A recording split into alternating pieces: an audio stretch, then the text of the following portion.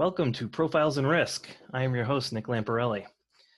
This is a special episode of Profiles in Risk. Yes, we will be talking about insurance, and yes, I have guests on this show who are insurance professionals, but it is January, and there are probably a lot of you that have New Year's resolutions to try to lose weight, try to get in shape, try to feel better, and what better guests to have than people who have done it. And the three guests that I have today, including myself, at one point or another, we've all lost in excess of 100 pounds. John's done it 150 over two separate occasions, so that's quite a feat. So let me pause and kind of go around the horn and introduce the guests and have a show to help our insurance peers get in better shape, feel better, lose some weight. That's what this show is going to be all about. So around the horn, I'm going to introduce Joey Giangola, who's the managing editor of Agency Nation and who has two hot guitars hanging behind him. Joey, welcome. Nick, thanks. I'm not sure. I'm still trying to decide if it's a good thing to be involved in this show or not. Good because I think I'm on the other side of it, but bad because I almost ate myself to death. So I'm really not sure, but one of the two. Well, let's talk about that because I know exactly how that feels. My other guest is Bryan Falchuk. Bryan is the head of claims for Hiscox USA and the author of the book Do a Day. Bryan, welcome. Hey, thanks for having me, Nick.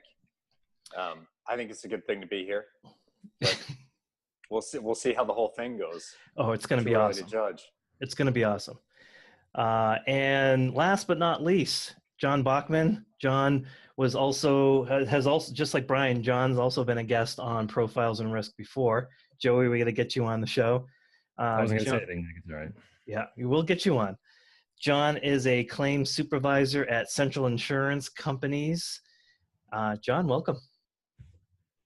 Thanks for having me again, Nick. Okay, awesome. So whether this show is a good deal or a good thing or a bad thing, Joey, let's kind of go around the horn. I want to prove that it's actually you're very valuable to be on this. Let's go around the horn and get your backstories. This is a show about health and weight loss. Let's hear your story. Yeah, all right. So growing up, I was always pretty athletic-ish, mediocre enough to play. And was doing that all through high school and college, and not all through high school. And then basically where my journey kind of started to being a relatively heavy person was at the start of college, where basically I said I took the freshman 15 challenge every year. So, you just kind of, you go from high school where you're just always doing something, always playing sports, to basically you're in college now and you're not doing anything, and just you have unlimited amount of food available to you, just like a buffet every meal. And that was a real easy way to balloon up pretty quick.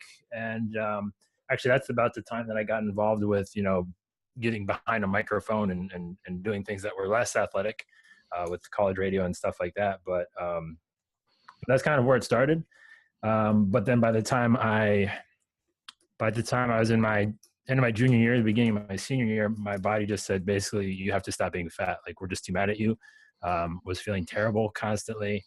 So that's kind of what triggered my whole thing is my body really didn't give me a choice in the matter, is that I was feeling terrible. So I just kind of naturally started to avoid certain foods.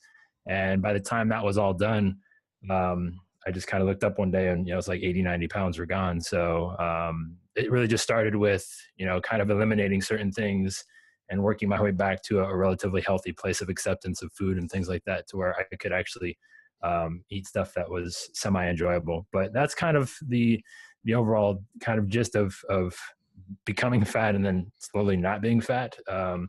And then, eventually after that, surprisingly enough, I didn't start exercising and adding that piece to it until probably 4 or 5 years after it. It was really just straight diet and just kind of figuring out what works and what I can tolerate and all that fun stuff. But it wasn't until I would say maybe 2000, I guess I really haven't dated any of this, but 2008 or 9, 2009 is when I actually started kind of working out every day. And then from that point, it's just been a consistent part of my life ever since. How much weight have you lost in total? I peaked around like 270, 270-ish, 275 maybe for one day. And now I'm sitting at like 162, 165. So just right around 100. Amazing. A little under 100, a little more than 100, yeah. Okay. Well, we're going to get back to you Sure. when we get to how you did that. Let me jump over to Bryan. Bryan, I feel like I could tell your story. Yeah, I was going to test you. I know it so well. Yeah, that's I probably wouldn't do it justice, or I'd probably ad lib and make you like a superhero. That's how much I respect I have for your story just by reading it. But go ahead, I'll let you read it. I'll let you tell Thanks it. for that. Yeah, so my story started a lot younger. I was the youngest of four. My parents were getting divorced, like half of American parents were. It's back in the early '80s, and I was about 4 or 5 years old when things started to go south. And I don't get too emotional here, but kids have a very basic need, and that's to feel loved and secure and cared for, because those are the things they can't provide for themselves. They need to know everything's going to be okay, and I didn't. And I couldn't turn to my parents for that, because they were just totally taken with everything going on with the divorce. There are 3 other kids that also needed them. So I turned somewhere else for that support, and that was largely to stacks of Oreos, but I'd say food in general. Yeah. And I gained weight very, very quickly. I went from being this skinny, smiley little kid to pretty depressed, anxiety-ridden fat kid. And that's how everyone defined me, as I was the fat kid. I was the fattest kid in my entire elementary school. I was the fattest kid at summer camp. And that was my childhood. So I got up to probably about 270. I would say when people joke about getting back to their high school weight, I'm like, I gotta get to my 4th grade weight. Like, we got high school. I actually weigh like 175 today. I actually lost a few pounds this week that I was hoping not to lose. Just haven't been sleeping enough and been going too hard. So yeah, I lost a lot of weight in high school through diet and exercise, and really the teaching of this great guy who just showed me a different relationship with exercise and wellness. It wasn't a punishment, or wasn't like, you're fat and lazy, what's wrong with you? It was, hey, have you tried this? Or maybe this is something you're interested in and you'd enjoy. But we never worked on the me, like the underlying stuff. And that work was forced upon me in 2011. Nick knows this story really well, but my wife has a chronic illness that we didn't know about. Our son was 2, and she became bedridden and was wasting away, and no one knew what was going on, and no one could help her. And the doctors just sort of blew her off and gave up and left her for dead. And she is still alive today. But it was through that process, we both woke up quite a bit, and that's why she's still alive. But for me, that forced doing the work and the introspection that I had never done. Because I put like half the weight back on. I was about 45 pounds overweight again. I never looked obese again. I just looked like, I overuse this, but I just looked American. I looked like everybody else. But I was fat, and I was unhealthy, and I was miserable, and not just about my weight, just so many things in life. So that brought a moment upon me where I saw purpose, and I've changed everything since then. So that was July 1st, 2011 is the moment when my life was completely different, and it has been since then. Yeah, it's a great story. And we will get back because I know you so well, I know a lot of the techniques that you use that I think will be very valuable to those that are listening. So we'll get back to you on those. And now I'll go to John. John, you and I have like similar story, I think. We've talked a few times. I think we even mentioned it on the podcast when we did the recording. We both seem to go through like that cycle of losing a lot of weight, gaining back, losing a lot of weight, gaining it back, losing a lot of weight. So we're going through like the cyclical thing. Why don't we go into your backstory? So, this isn't a show where everyone just magically, we live in fairy tale land, and everybody loses the weight and you live happily ever after. It's the constant battle. So why don't we go into your story? Yeah, and Nick, as you know, I was really reluctant to come on this podcast today because you just heard those stories. These guys are superstars, where you mentioned I lost 70 pounds twice. It wasn't combined. It was 70 pounds twice because you need the weight twice. So I put it back on after the first time. A little bit further back, I was always involved in athletics when I was a kid. High school, never a superstar, but I played on the teams. And then in college, I worked for a collegiate women's basketball team as well. So always involved. Then you get into this corporate world where I'm still eating the same things I ate always, and I love food. That's my problem.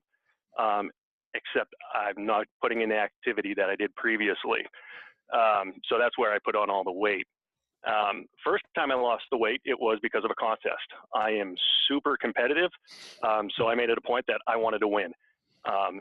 After the first 3 weeks, I think I lost 35 pounds, and it was through starving myself. It wasn't the right way at all. So after that first go round, I put almost all the weight back. The second go round is the one that really made sense, where I made a lifestyle change. I was making better foods. I was tracking what I was eating using an app, and maybe we'll go into that later. But then running became my life. I was running, first it started out with my first ever 5K, up to half marathons, ran a few of those. I was able to complete the Insanity program, which was crazy to think of. But like you said, in this industry right now, it's very difficult when you're traveling, you're in the office all the time. Where do you fit in the time? But I remember I used to work out at a Gold's Gym. And there was a sign when you walked in the main entrance that said, make time, not excuses. So that's something that I know I have to do, and I have to do a better job of getting back on it again, because I'm getting up to a point where I shouldn't be again. And I do need to lose some of the weight. Yeah. So between the four of us, I think a lot of the same themes keep popping up over and over. Joey, as soon as you said, the college 15 and, having all of this availability of food, and when you're in college, I specifically remember just being so overwhelmed with studying that I wasn't exercising. The food actually made me feel good. Like the food was helped me with stress. Now, in your particular case, you seem to have, now correct me if I'm wrong, you seem to have like the emotional ability to recognize my body is kind of rejecting this, like something's wrong, I'm not feeling well. You seem to have the emotional ability to just kind of flip the switch and move the other way. Could you talk about like some of the, you removed some of the foods from your diet. Could you talk about like when you made that decision, are you the type of person that can just decide you're going to do something and then go do it? Or was it much more of a gradual process? How'd that work? Yeah, well, so first off, it was never studying that I was worried about. It was more like my Madden franchise, like how that was going. That was kind of my primary concern in college. But in all seriousness, though, I mean, to be honest, it wasn't until that point, right? Like I was never the person that like could just flip that switch. That's, I think that's honestly one of the most important things that I was able to take away from the entire thing was if I actually like figure out what I need to do and learn the necessary steps, like I can pretty much do it, just taking it, kind of one step at a time. But basically it started out with, like you said, like, I think we're not really taught like that, like this is something that should be managed or controlled or even really paid attention to. It's like, here's stuff, put it in your mouth and go to town. Right. Like, so like when you kind of are able to make those choices freely, you kind of do it like you would with anything with like very little control. And so basically what for me, it was just about figuring out, like you said, at that point where it was just kind of all starting to kind of go downhill was, well, what can I eat and actually still function as like a human being? And that was a very small list of items. And then it just, from there, it took a bit of time to kind of get back to something of kind of normalcy. But yeah, I don't to say that it's something, I don't know, like I've found that, there are some certain triggers, right? Like I think like, people have, I think recognizing like there are certain foods that just kind of screw you up, like whether it's like you're crazy addicted to them or it's just your body doesn't tolerate them well. But for me, I've tried it. It's like kind of alcoholism, but like sugar is like the thing that just kind of destroys me entirely. Like if I get on some ice cream or something, it's just, look out, call my sponsor. Like it's just not a good time for anybody involved. So, but I think that's kind of those things, like understanding those triggers and like, it sounds like what Bryan was kind of dealing with. It's like, there's a lot that goes into it, right? Like, do you realize what you're eating and why you're eating it and when you're eating it and what's behind everything? I mean, obviously, like you said, this is a ridiculously deep topic that I don't know that we can fully grasp in like 30 minutes, but yeah. It seems like a common theme though, because I think Bryan's going to have the same answer. I don't know what John will think. Sugar seems to be like, the weight loss crack. Sugar seems to be the problem. Now, I think I want to step into that a little bit, and Bryan, you can kind of chime in, because I think you're vegan, right? I am, yeah. Yeah, so like you've gone a long ways. Was it sugar initially that you noticed? What was that? Is that something that evolved over time, or is that something that you immediately did? So the vegan thing was pretty instantaneous, but it came way far down the road in the whole process. I think I'm a baked goods fiend. I think that's my, like, I would choose a donut or a croissant over a piece of candy. And they both have sugar. So it's, like sugar's definitely a play. Also, I love sausage. So I don't know. I used to love sausage, to clarify that. So yeah, I don't know. I don't know exactly what my weakness is. I think actually it's less about the food than whether it's free. So, buffets, definitely my downfall. I found in corporate life where, you'll have a lunch meeting or a cater this or like free food sitting around, even if I don't like it, I'm going to eat it. I worked at a company before Hiscox that basically catered every meeting. There's always like some kind of cookies or something brought in. There'd always be leftovers and they're always in the kitchen. And like, I just couldn't help myself. So, running claims, we have a lot of attorneys that do work for us, and they send us all kinds of like cookies and cakes and whatever at the holiday time. And I'm terrible, and none of it's vegan. So, somehow I get back in the wagon after breaking a few times, but it was not a planned thing. The veganism, I had been thinking about it, and I always had reasons why it wasn't going to be a fit. It was too extreme. And then I just decided, I was reading a book by a vegan, and it's just the way he called it out. And I was like, yeah, you know what? I can do it tomorrow. I can do a day. And that's actually, I know, Nick, I feel like I'm telling you things you already know, because I am, but that's when my book got a name, and my philosophy that I've been living got a name. It's like, enough excuses. And, I was like, I can do it tomorrow. And if it's super hard, then whatever, it's one day I can get through it. And then I did, and it was pretty easy. And so I was like, oh, I'll do another day. And if I screw up, like when all those attorneys sending cookies and I can't help myself, or I can, but I choose not to, is the reality of it. So I do, I eat something that's not vegan. It's not like I sit there and I'm like, oh, it's all over. What do I do now? And that was me as a kid. Like, I would wake up in the morning and I would have this pep talk with myself about like, dude, today's the day. No more fat kid. Like, you're going to start making those better choices. Like, you're not going to have this, and you're not going to have that. And next thing you know, it's an hour later, and I've had like 3 bagels slathered with cream cheese and a huge glass of orange juice, and I'm still hungry. And I'm like eyeing the vending machine at school where there's a donut in it. It's like, what are you doing? Yeah. It's like, well, I already screwed up, so I might as well just keep going. It's like, just because you made one bad choice or one choice you regret doesn't mean everything's thrown away. So, it's like, I choose not to beat myself up and to get right back on the path if I mess up.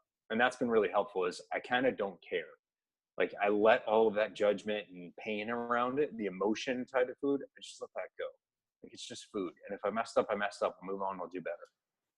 So for the group, John, I want to get back to you on one thing, but just for the group, because Bryan brought it up, free food. What do you do? It's the devil. Like, that's, I think everyone that's going to listen to this is going to nod and say, yeah, I mean, I have that problem. Bryan, I will eat lunch and then all of a sudden realize that the catered food for the meeting down the hall is being brought to the cafeteria. I will go have a second lunch. Yeah. It's free food today. So what do we do? What kind of advice can we give? John, Joey? Throw it John, away. yeah, well, yes, yeah, it's okay to throw it away, I think, is the biggest run, right, John? Absolutely. Yeah. I'm one of those guys, similar to what you just said, Nick, where I am absolutely full, but if there's something still left there, it's gone. I'm going to keep on going until it's gone. So the best thing for me is to get rid of it.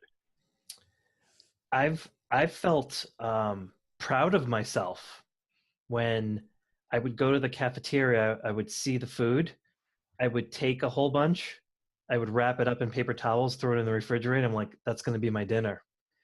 And I would feel proud of that, like putting 4 slices of pizza into the refrigerator, hiding it from everybody. So it's maybe that should be like part of the recommendation, is that when you're ordering food, if someone in your office is ordering food, make sure they order just enough for the meeting that there are no leftovers. Yeah. I mean, I think so. At the core of this, right? I think this is about like understanding. Like, I think a big part of it is like just understanding portions. Like, people want to do everything at one time, right? And understanding that you only need so much, right? Like, set certain limits. Like, again, pizza. Like, I said on a podcast recently that I did, like, I can't remember what I was referencing, but I said, like, I have like a 4-slice limit, right? Like, I will never exceed 4 slices of pizza, whatever it is, right? Whatever your number is, you just got to set your numbers and make sure that you try and kind of stick to them. Mm-hmm. I just think people don't have like those sort of things like in the back of their heads. Like, hey, listen, no matter what, I'm just not going to go this. Like, even if it's like a large pizza or a small pizza, like 4 slices, right, or whatever it is. But I think people really just kind of need to look at. I feel like this is not good advice as I'm saying it. Like, I feel like this is something that is kind of hard to like take and actually do. Joey, can I challenge you? Yes, on that? please. Because I had that in my mind, and most of the people that I've worked with. So other than working in insurance, I also do life and health coaching and fitness coaching on the side. Pretty much everyone that I've worked with in that vein, myself included, we all go in knowing that. I had those talks with myself every day. I'm well aware that I'm like, oh my God, my like I'm distended. I'm so full, but I'm going to shove this piece in my mouth because it's there and it's tasty. Even though like I literally have the sharpest pain in my stomach because I think like my tissue's ripping apart and like an alien's going to come out of me. It's not the knowledge. Like, yeah, some people do lack the knowledge, but for most people, so I got into a Twitter battle with this guy. He's a famous Marine trainer. I think he's a Marine. If he's watching this, which let's assume he's not watching insurance podcasts, he'll be pissed off if he's not a Marine. And you wouldn't battle him in person. No, I wouldn't. He's like, it's all willpower. That's all that matters. And I'm like, no, actually, willpower doesn't work. So willpower is what we're talking about there. Your story is really interesting to me because you're talking about just being aware and then doing it, and that's.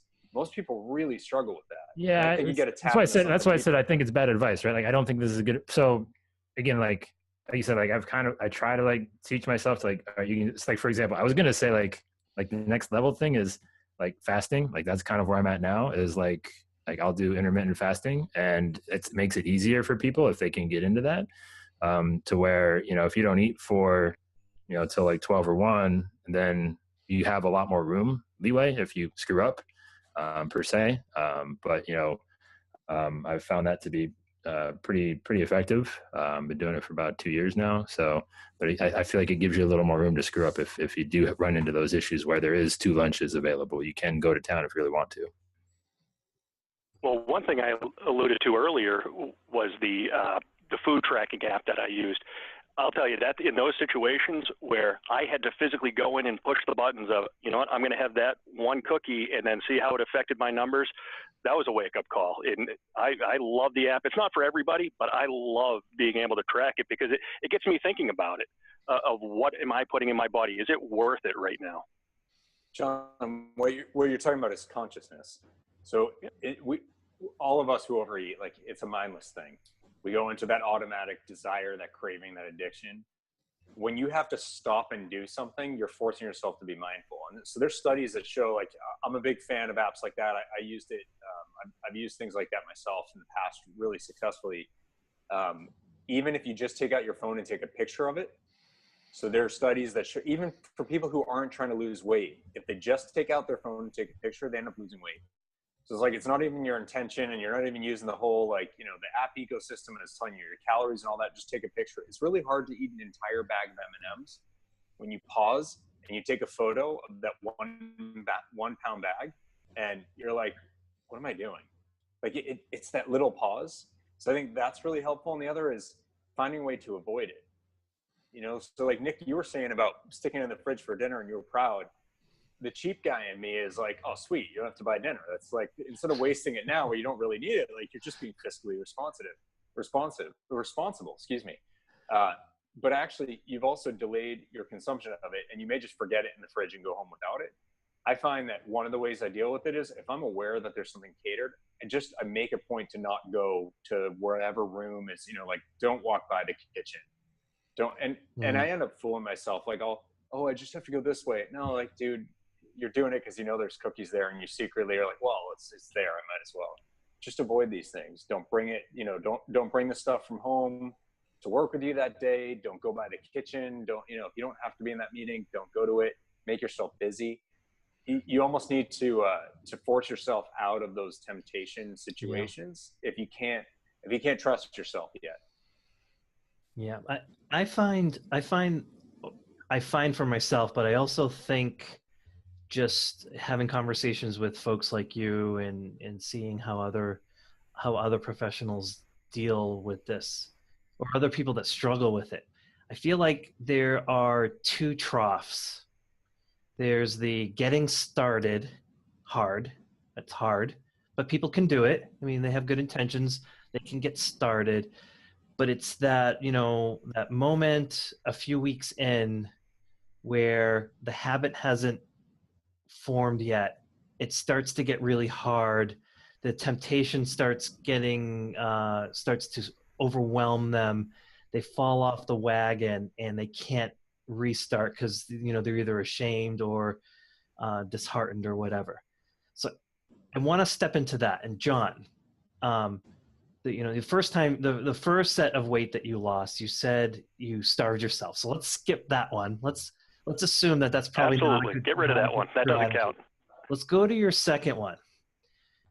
You get started, and then the momentum starts building. But there had to have been a time when it got difficult. So I want to try to focus on that period to really help the listeners, that want to get started, but they know they're going to trip up. So how did you not trip up? What did you do, or what advice can you give when you hit that moment that you were able to kind of plow through it? Now, one thing, and this is probably right up Bryan's alley here, is finding your own motivation. Like, my motivation is different than the rest of you guys as well. And mine at that time was, I wanted to prove everybody wrong, because I lost it the first time and they said, oh, you're gonna yo-yo it back up again.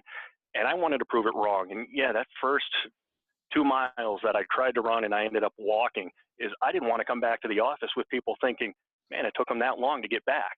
And it was always in the back of my mind during those early stages of, you can do this, prove them wrong all the way.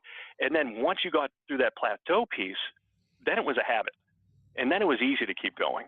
But it was, for me, my motivation, it was to prove people wrong. Yeah.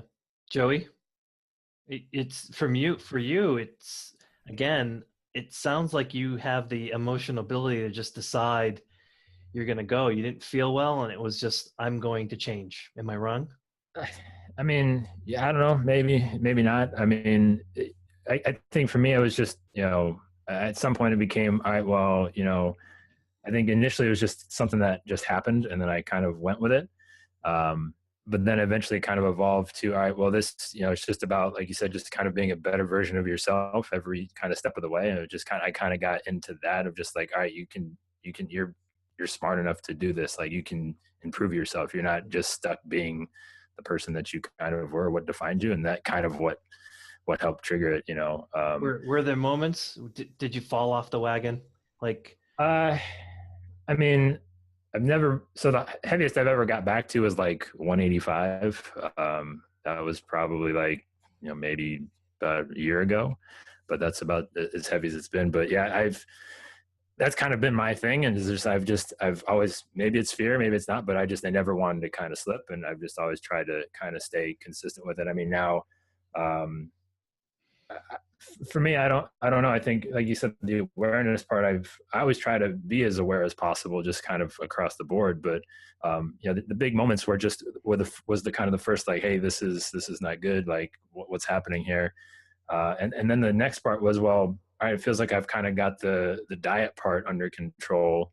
How can I take this to the next level? And then it was, all right, well, let's add, some physical activity. Let's actually work out. And I think that's the big part, is everyone kind of, like you said, like it's January. So everyone kind of gets on the kick of, well, let's do this. And they kind of want to do everything all at once. And they just overload themselves with just way too much. And it's just, and back to, I think, I can't remember if it was John or Brian, but it's just, I think making one good decision each day, right? Or, it's just, hey, I'm not going to do this one thing today, and then kind of let that spill over and get that momentum building. Like, I think that's I think everyone just tries to take on way too much, way too soon, and they're unsuccessful across the board. And then it crashes and burns way too soon. But I think, honestly, if you're in a 100-pound situation, I wouldn't even consider, any type of extreme working out for 6 months to a year. I would get your diet under control and, maybe some light activity, enjoy something you're going to enjoy doing, like a walk or something like that. But,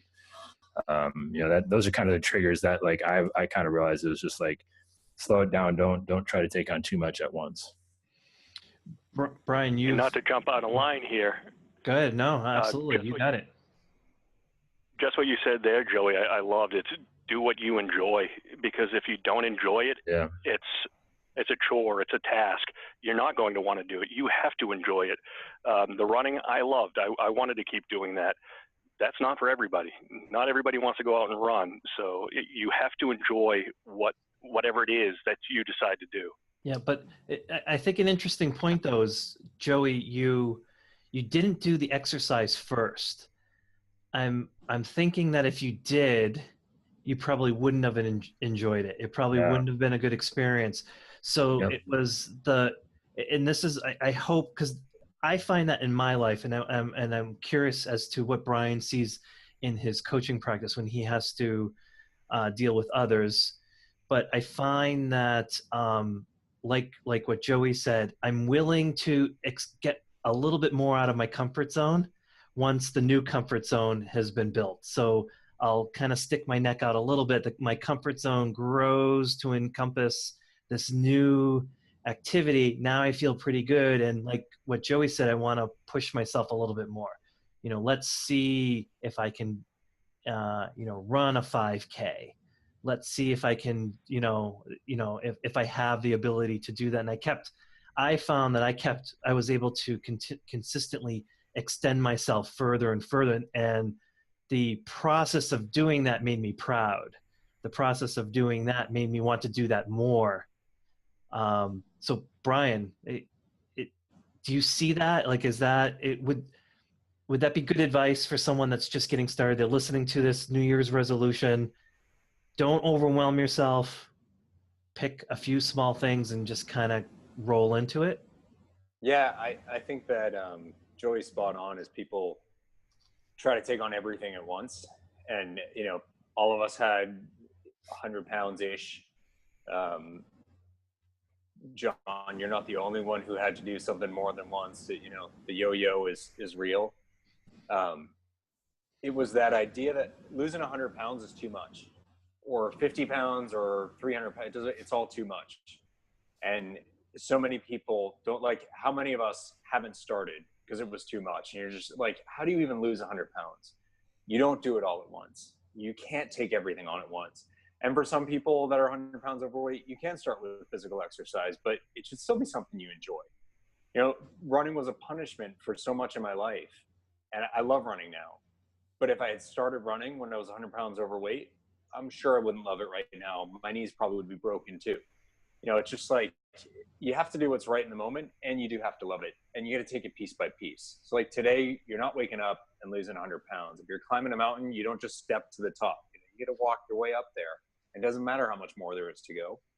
You get plenty of time, you get plenty of steps. And if you step off course, you eat some nachos or whatever, you come right back onto the path. So I do definitely agree with really what everybody's saying. I would just add a little phrase that I always say is, it sounds kind of biblical, but it's success begets success. It's like, you take each of those wins and let it lead you to the next one. You don't have to focus on everything. Just like feel good about what you just achieved and roll that to the next. It's just like running. Like see a sign off in the distance. If you think like, oh, I can't make it another 2 miles. Well, okay, pick that road sign, the street sign, run to that. Don't worry about how much is beyond it. And then once you get there, pick the next one. Break it off piece by piece.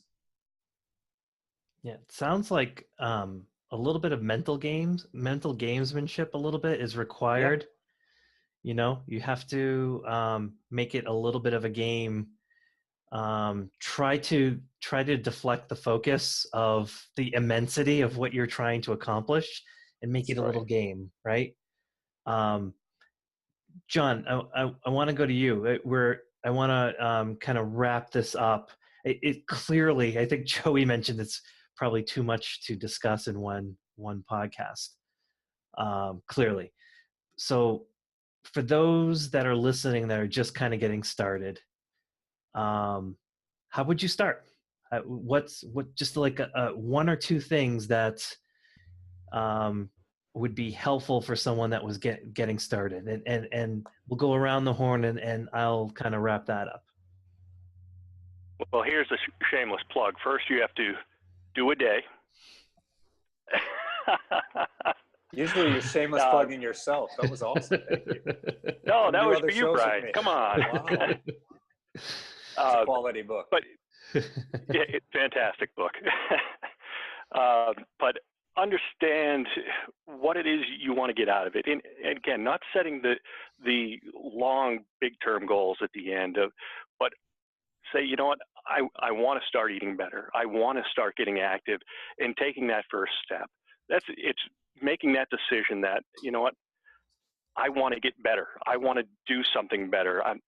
Whatever it may be. I don't want to have to hold my breath when I tie my shoelaces. That's when I know I have a problem. But understand what you want to do and get on the road. Take the first step. Joey, if you could give one or two pieces of advice for someone that's just getting started, what would it be? Yeah, I would say find a reason bigger than yourself. It's got to be, I think it's got to be about something more than, I think internal motivation is good, but I think what really clicked for me was, getting taking it to the next level was, do I want to be the guy that is not keeping up with his kids, or do I want to be the guy that, every other dad's like, oh man, I can't keep, it's like, I want to be the guy that is able to do the things 110%.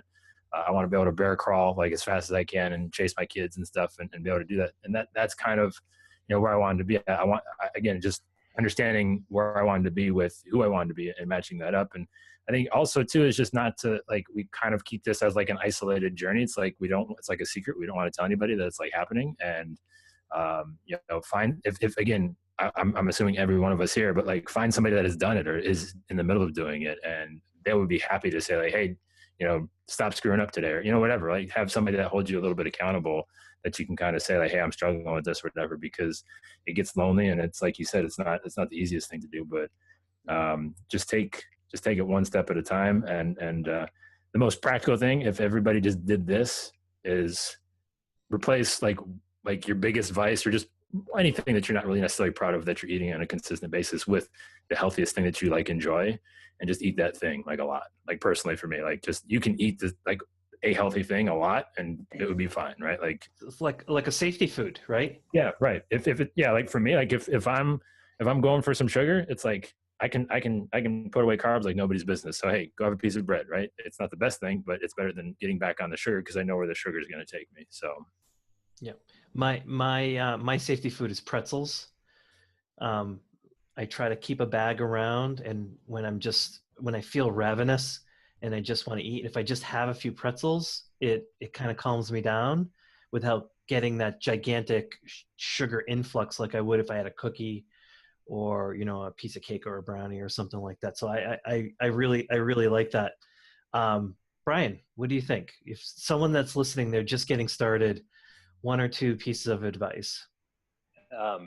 So I love what you guys are saying. And normally I hit the really deep, like motivational kind of stuff. I struggle between that and something really tactical, especially for road warriors. There's a lot of us who travel in insurance, like every single insurance adjuster basically lives on the road. But without getting too specific or too motivational, because I think we've hit on that stuff. There's something really basic that, John, you're the one who said, like, make time, not excuses. I think that's something we all suck at. Like, it's, oh, I don't have time, or my kids, no one has a space for it. I promise you, if you take 5 minutes to map out your day and look for the black holes, the time sucks, you'll find more than enough time. So you can wake up a couple minutes earlier. People are like, oh, I get up too early. Look, dude, I get up between 2 and 3 pretty much every morning. So don't talk to me about earlier, because you're going to lose that argument. You can probably find a few more minutes. But if you can't, how about Facebook? How about, this is a little bit gross, but very true. Don't take your phone into the bathroom. Like, you'll be out of that place in 5 minutes. People like reading the Lysol can because you don't know what else to do with yourself. You're getting yourself distracted. It goes right back to eating mindlessly. Well, you use your time mindlessly. So look at your day, look at how you're spending it, and you will find those time sucks. Facebook, Twitter, Insta, whatever it is, like, they're all great and they suck your time. Don't bring your phone into the bathroom. There are ways to be a lot more productive with your day, and suddenly you'll easily find 15 to 20 minutes, maybe 30, that you can get back and put towards something productive for your wellness. Yep. And that's, this is on top of everything that everyone else is already saying, motivation, food choices, all that. You can make time to be active. You're just choosing not to. So be mindful about it. You'll find it. Yeah, I made a note to myself to ask the question about insurance professionals who travel and insurance professionals who feel like they're stuck in the office. I mean, John's recording his from the office. So John's literally living in the office. Joey's got the professional mic, so his home office is probably where he spends most of his time. That's a huge problem. I've been at this desk all day long, and so I don't want to end the show yet just on that, because I feel selfish and I want to hear from you guys what I can do. I'm stuck at this desk. I just feel like I can't move around. So now, okay, from what Bryan said, I could probably, get off the social media on my computer, but what can I do? What can people do that just, they feel like they're glued to their desk? How can they get their heart beating and their lungs expanded? So I'm gonna go something a little outside of the box here. I mean, we think that fitness has to come in big giant chunks, like 30-minute blocks. I mean, this is gonna sound ridiculous, Nick, but I mean, just go sprint down the hallway. Like if you're going like I will run up, like if I'm like downstairs and I forgot something, I will like go as fast as I can from the bottom of my where I'm in my garage to the top of my house, and just I'll get that in, or I'll get like 30 or 10 sets on like counter dips, right? Like just the corner of my counter, just do some chest dips or whatever. So, I mean, just like anything that is like a moment of opportunity to kind of like, if your kids are acting like, hey, like they want to chase you, like just chase them as fast as you can, or just different ways. But again, I'm not stuck in an offense, so I think that's pretty hypocritical of me to suggest that. So whatever. Can I build on that? Not to cut John off, but A, I think that's awesome, and I totally agree with you. And B, if you are stuck in an office, whether a home office or an office, you can do exactly what Joey just said. So have a standing desk, and they can be expensive. So get the printer toner box and stick your keyboard and your monitor on that. Yeah. For like 13 cents of corrugated cardboard, you get a standing desk. That's one thing to help, because you can move your feet.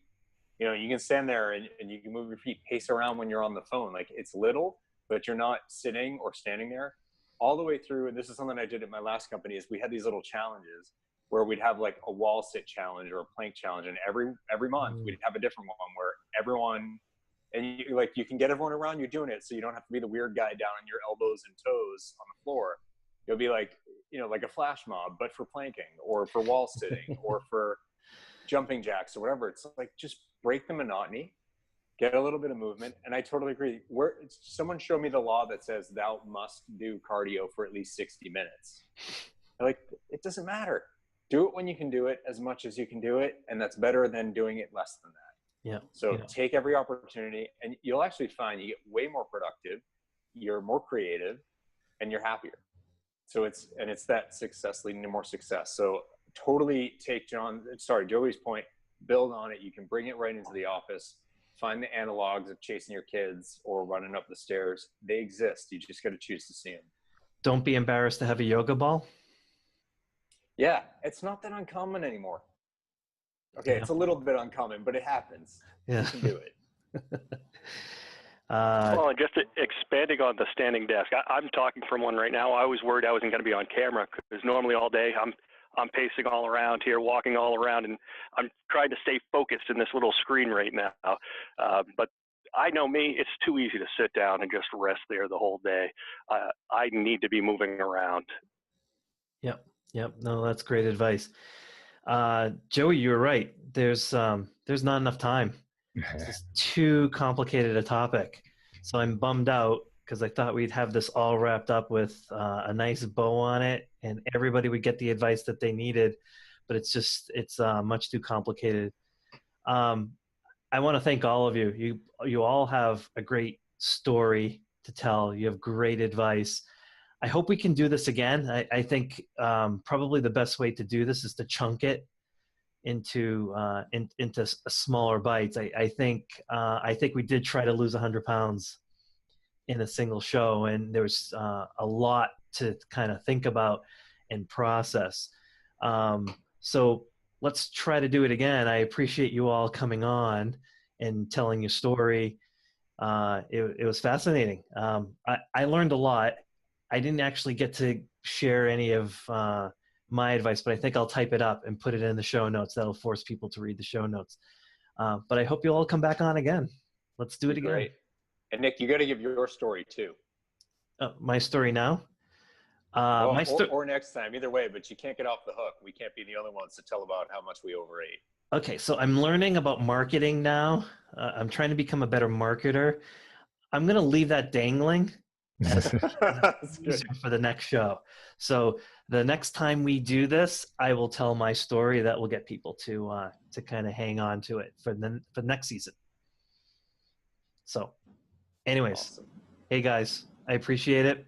I think our audience will appreciate it, and let's do this again. Cool. Good time, man. Appreciate it.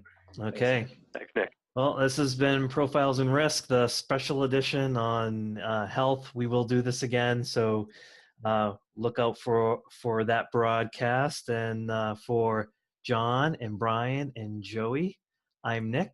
Thanks a lot, everyone.